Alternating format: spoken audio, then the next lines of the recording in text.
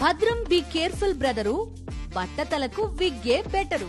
పూర్తి వివరాలకు చదవండి రేపటి సాక్షి దినపత్రిక. విజయవాడ నగరంలోని మొగల్రాజపురంలో కొండ చర్యలు విరిగిపడుతుండటంతో స్థానికుల్లో టెన్షన్ నెలకొంది. ఈ ఉదయం ప్రమాదం జరిగిన చోట మళ్లీ కొండ చర్యలు విరిగిపడే అవకాశం ఉందని భయపడుతున్నారు. ఇప్పటికే ప్రమాద ఘటనలో 3 మృతి చెందగా మరో 5గురికి గాయాలయ్యాయి. అయితే ఆగకుండా కురుస్తున్న వర్షంతో సహాయక చర్యలకు అంతరాయం ఏర్పడగా శిథిలాలను తొలగిస్తుండగా మళ్లీ కొండ చర్యలు జారిపడుతున్నాయి.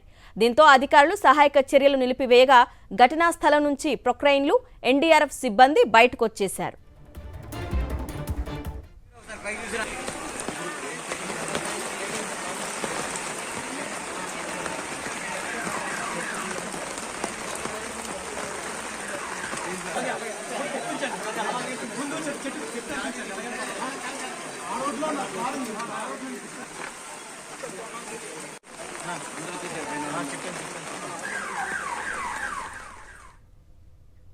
విజయవాడ నగరంలోని మొగల్రాజపురంలో కొండ చర్యలు విరిగిపడుతుండటంతో స్థానికుల్లో టెన్షన్ నెలకొంది.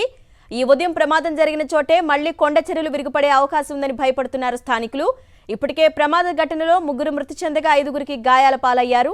అయితే ఆగకుండా కురుస్తున్న వర్షంతో సహాయక చర్యలకు అంతరాయం కలిగినట్టుగా తెలుస్తోంది. శిథిలాలను తొలగిస్తున్న చోటే మళ్లీ కొండ చర్యలు జారిపడుతున్నాయి.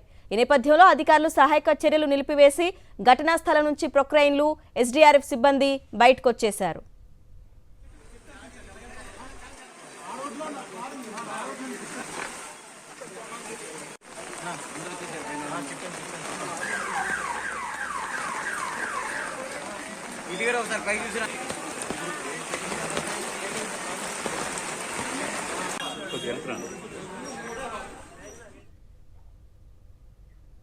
విజయవాడలో వర్షాలపై మరింత సమాచారం మా ప్రతినిధి వినాయక్ అందిస్తారు.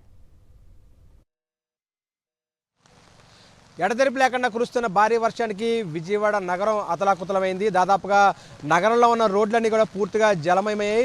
ప్రస్తుతం మనం విజయవాడ 1 టౌన్లో ఉన్నాం. 1 టౌన్లోని మనం చూసుకుంటే కనుక జెండా సెంటర్కి వెళ్ళే దారి అది.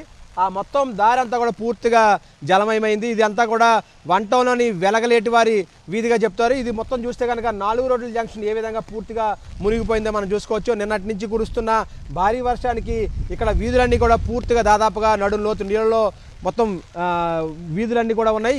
మనం ఇక్కడ నుంచి ఆ ముందుకు వెళ్తే కనుక జెండా సెంటర్ అంటారు. జెండా సెంటర్ పూర్తిగా దాదాపుగా మునిగిపోయింది. లోపలికి కూడా మనం వెళ్ళే పరిస్థితి లేదు.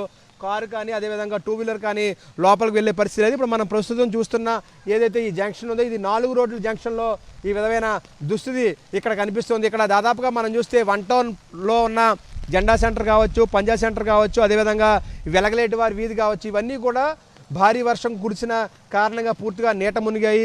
ప్రస్తుతం మనం చూస్తున్న ఇక్కడ ఒక ఇంటి వద్ద లోపల ఉన్న నీటిని ఏదైతే లోపల అండర్ గ్రౌండ్ ప్రాంతంలో అంటే లోపల మొత్తం పూర్తిగా నీరు లోపల చేరుకోవడంతో వారంతా కూడా ఆ నీటిని బయటకు తోడేందుకు యంత్రం సాయంతో బయటకు పంపించే ప్రయత్నం చేస్తాం. మరోవైపున ఏదైతే ఈ డ్రైనేజ్ ఉందో డ్రైనేజ్ పొంగి పొరులుతోంది. మొత్తంగా ఈ భారీ వర్షానికి ఒకవైపున వర్షపు నీరు ఈ రోడ్ల మీకు చేరుకోవడం, మరోవైపున డ్రైనేజ్లో ఉన్న నీరంతా కూడా కలిసిపోవడంతో మొత్తం పూర్తిగా నీరంతా కూడా డ్రైనేజ్ మయమైపోయింది. ఈ నేపథ్యంలో అటు వర్షపు నీరు ఇటు డ్రైనేజ్ నీరు రెండు కూడా ఏకమవడంతో ఇక్కడ ప్రజలంతా కూడా ఇబ్బంది పడుతున్న పరిస్థితి ఉంది.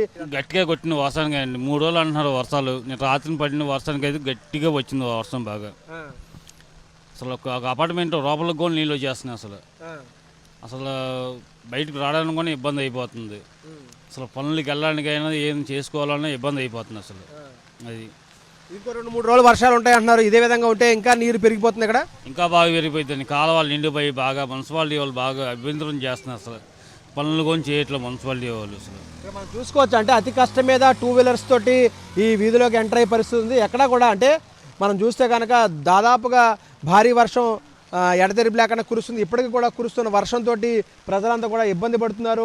మొత్తంగా మనం చూస్తే కనుక రాబోయే 2 రోజుల పాటు కూడా ఇదే విధమైన పరిస్థితి ఉండే నేపథ్యంలో ఇప్పటికే అధికారులు లోతట్టు ప్రాంతాల్లో ఉన్న వారిని అప్రమత్తం చేయడం జరిగింది. ఎవరైతే నానిపోయిన ఇళ్లలో కానీ అదేవిధంగా లోతట్టు ప్రాంతాల్లో ఉండేవారు పూర్తి జాగ్రత్తలు తీసుకోవాలని చెప్తున్నారు. ఈ నేపథ్యంలో ప్రస్తుతం రాబోయే 2 రోజుల పాటు కూడా ఇదే విధమైన భారీ వర్షాలు కురిస్తే కనుక ఇక్కడ ప్రజల పరిస్థితి మరింత దయనీయంగా ఉండేలా ఉంది. మరోవైపున మనం చూస్తే కనుక ఇళ్లలోంచి బయటకు వచ్చే పరిస్థితిలో చాలామంది ఇళ్ల లోపలే చిక్కుకుపోయిన పరిస్థితి నేపథ్యంలో ప్రస్తుతం మనం ఏదైతే ఈ 1 టౌన్ ప్రాంతం ఉన్నామో ఇక్కడ దాదాపుగా నడుం లోతు వరకు అంటే మోకాళ్ళ లోతు నుంచి నడుం లోతు వరకు కూడా నీరు రోడ్ల మీదే ప్రవహిస్తున్న పరిస్థితి ఉందని చెప్పుకోవచ్చు. వీడియో జర్నలిస్ట్ నరసింహతో కలిసి వినాయకరావు, సాక్షి టీవీ, విజయవాడ 1 టౌన్ నుంచి.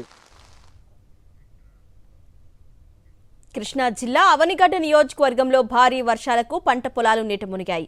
అవనిగడ్డ, నాగాయలంక, కోడూరు, మోపిదేవి మండలాల్లో మురుగు కాల్వలు ఎగదట్టాయి. పొలాలకు సమాంతరంగా మురుగు కాల్వలు ప్రవహిస్తున్నాయి. ఎడతెరిపి లేని వర్షం కురుస్తుండటంతో పొలాల్లో భారీగా మురుగునీరు నిలిచింది. నీరు బయటకు పోయే డ్రైన్లు ఎగదట్టడంతో నాట్లు వేసిన పొలాలు నీట మునిగాయి.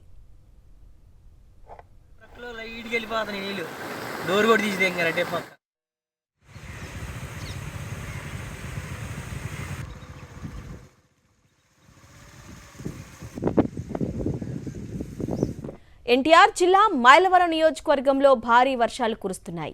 నియోజకవర్గంలోని 5 మండలాల్లో 2 రోజుల నుండి ఎడతెరిపి లేని వర్షం కురుస్తోంది. వరదలు పోటెత్తడంతో నియోజకవర్గంలోని పలు గ్రామాలకు రాకపోకలు నిలిచిపోయాయి. జీకొండూరు మండలంలోని గుర్రాజపాలెం, దాసులపాలెం, గడ్డమడుగు గ్రామాలను వరద ముంచెత్తింది. వంతెనలపై వరద నీరు ఉధృతంగా ప్రవహిస్తూ ఉండడంతో వాగు దాటలేని పరిస్థితి నెలకొంది.